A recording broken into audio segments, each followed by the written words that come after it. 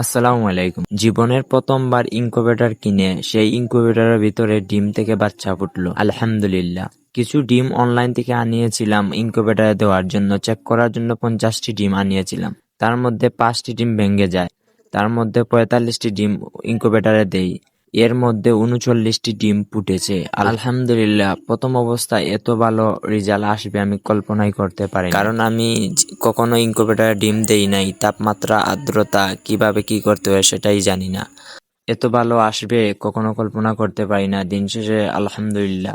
তারপর লাইসোপি দিতেছি জিরো বাচ্চাদেরকে, যে বাচ্চা তাড়াতাড়ি সুস্থ হয়ে যায়, কারণ বাচ্চা প্রথম অবস্থায় অনেক দুর্বল থাকে।